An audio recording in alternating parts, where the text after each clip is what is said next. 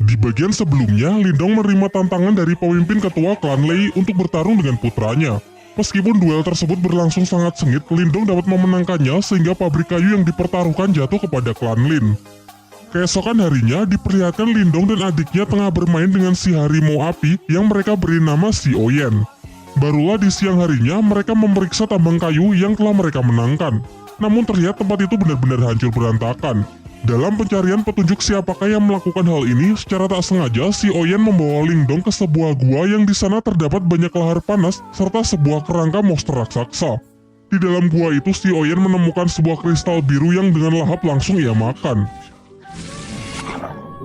别乱吃东西，你哎。 Sementara Lindong yang masih penasaran menemukan sebuah bunga yang memancarkan sinar. Namun ketika ia dekati, tangan Lindong malah seakan menyerap semacam energi dari kelopak bunga tersebut yang membuat sekujur tubuhnya menjadi terbakar. Untung saja saat kondisinya semakin buruk, batu rubah di tangannya menyerap energi panas dari kelopak bunga tersebut. Setelah berhasil keluar dan bertemu dengan keluarganya, Lindong menceritakan gua yang baru saja ia temukan serta sebuah batu permata merah yang ia peroleh di dalam sana. Lantas mereka pun bergegas pergi ke lokasi dan sempat terkejut karena ternyata tempat itu adalah tambang permata yang bernilai sangat tinggi. Setibanya di rumah, terlihat Lindong yang mendapatkan 3 batu permata. Dan dengan kekuatan dari batu rubahnya, ia dapat menyatukan ketiga batu menjadi satu permata yang bernilai lebih tinggi.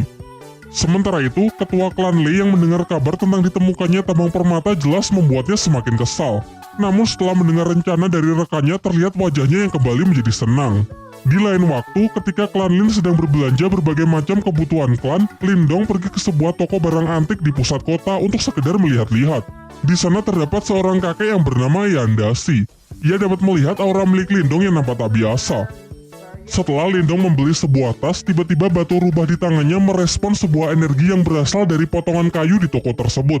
Si penjual mengaku barang itu sama sekali tak berharga dan tak tahu juga apakah fungsinya. Namun ketika Lindong hendak membelinya, ternyata barang tersebut sudah akan dibeli terlebih dahulu oleh seorang gadis bernama Yue. Lindong yang tak mau mengalah memaksa untuk tetap membelinya. Menanggapi hal itu, dua pengawal dari Yue segera bertindak dengan menodongkan pedangnya kepada Lindong. Namun tiba-tiba saja kedua pedang itu terlempar yang ternyata ini adalah ulah dari si kakek Yanda yang memiliki kemampuan telekinesis.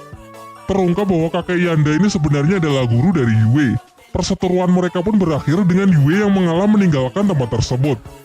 Sementara kakek Yanda menjelaskan kepada Lindong bahwa kemampuan telekinesisnya adalah kekuatan mental yang berbeda dari teknik bela diri biasa. Ia lalu menawarkan agar Lindong mau menjadi muridnya setelah melihat potensi besar yang ia miliki. Namun Lindong memilih untuk menolak tawaran tersebut karena takut kalau rahasia kekuatan batu rubah di tangannya bisa terbongkar. Kakek Yanda pun sama sekali tidak memaksa dan menghormati keputusan Lindong. Namun sebelum pergi, ia memberikan sebuah buku untuk bisa ia pelajari.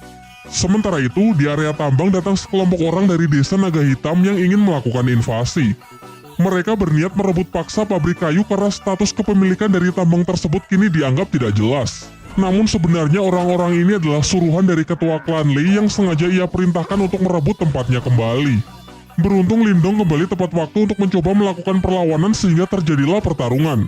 Ketua Naga Hitam pun tanpa ragu langsung menyerang Lindong yang membuatnya terlempar menghantam gerbang masuk di sana.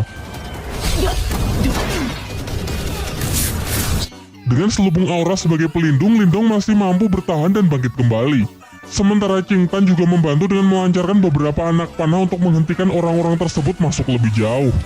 Setelah melihat potensi Lindong, ketua Naga Hitam segera memperkuat aura untuk membunuhnya karena khawatir jika dibiarkan kelak Lindong akan menjadi lawan yang menyusahkan.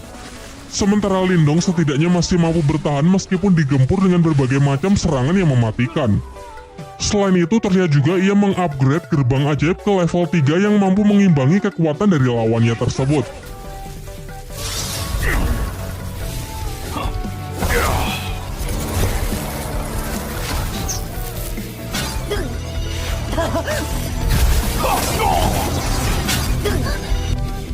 Ketika telah kehabisan energi, entah bagaimana Lindong mampu mengisi ulang energinya dengan menyerap energi alam. Ia pun meminta Qing Tan bersama si Oyen agar mengulur waktu setidaknya sampai energinya terisi penuh. Jelas hal ini sama sekali tidak mudah, terlebih lagi karena bagaimanapun juga mereka telah kalah jumlah. Hingga saat salah seorang musuh berhasil melukai Lindong, seketika Lindong bangkit serta luka-lukanya bisa sembuh dengan sangat cepat karena energinya yang terkumpul telah lebih dari cukup. Dan benar saja, setelah bangkit kekuatan Lindong kini menjadi berkali-kali lipat sehingga di ronde kedua ini hanya dengan sekali pukulan ia dapat mengalahkan lawannya tersebut. 凤凰！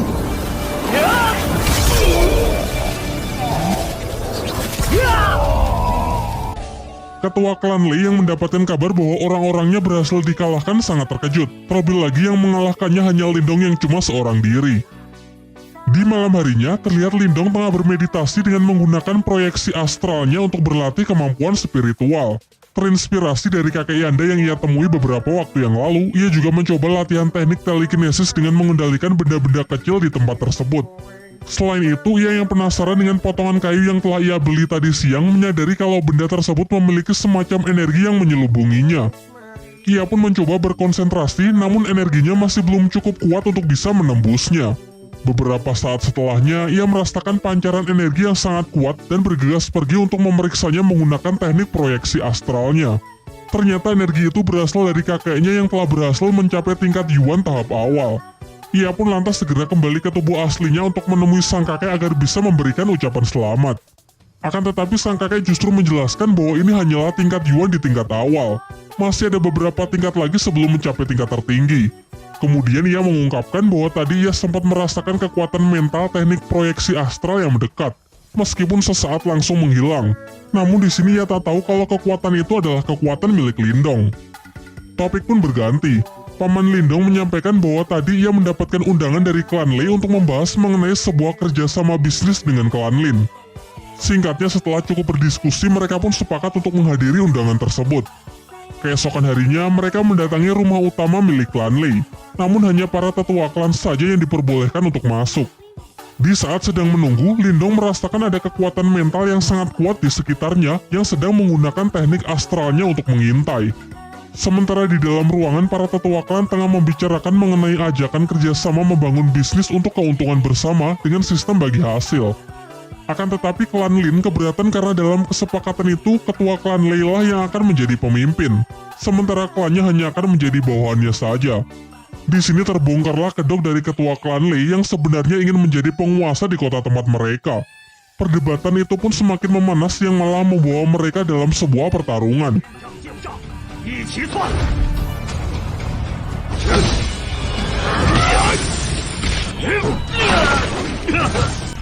Di tengah pertarungan mereka, datanglah Wu Yin, pemimpin dari sekte Serigala Darah yang memihak kepada ketua klan Lei karena sudah dijanjikan akan diberikan keuntungan 60% dari bisnis yang hendak dijalankan. Diceritakan bahwa Wu Yin ini menguasai kekuatan mental tingkat tinggi. Dan benar saja, satu persatu dari mereka dapat dijatuhkan dengan sangat mudah.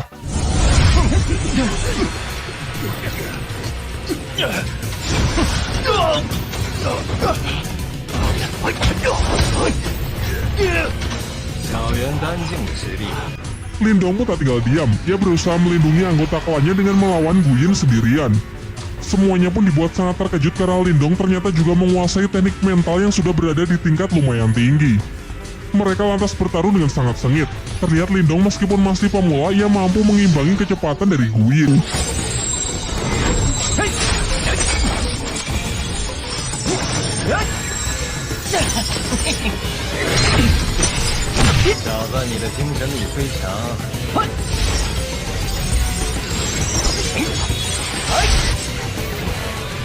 Sampai mereka saling mengadu teknik astral melalui duel udara, namun sayangnya tetap saja Wu Yin lebih unggul dan mampu menekan Lindong.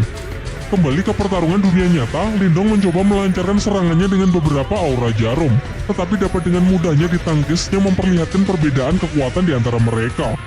Kini di puncak pertarungan, Lindong hanya mampu bertahan yang nampak semakin terdesak saja. Akan tetapi di ambang kekalahannya, Lindong teringat mengenai potongan kayu yang memiliki selubung energi mental tingkat tinggi. Lantas ia pun mencoba memanfaatkannya untuk menahan serangan mental dari Wu Yin. Melebihi ekspektasi, ternyata hal ini benar-benar efektif. Benda tersebut cukup kuat untuk menangkal energi mental tingkat tinggi. Bahkan selain menahan, kayu itu juga mampu menyerap serangan dari energi spiritual yang kemudian ditransfer masuk ke dalam tubuh Lindong. Dengan ini Lindong pun bisa membalikan keadaan. Guin yang kekuatannya telah terkuras habis tak lagi mampu menahan serangan dari Lindong yang sudah meningkat berkali-kali lipat sehingga ia harus menerima kematiannya. Lanjut ke bagian 3.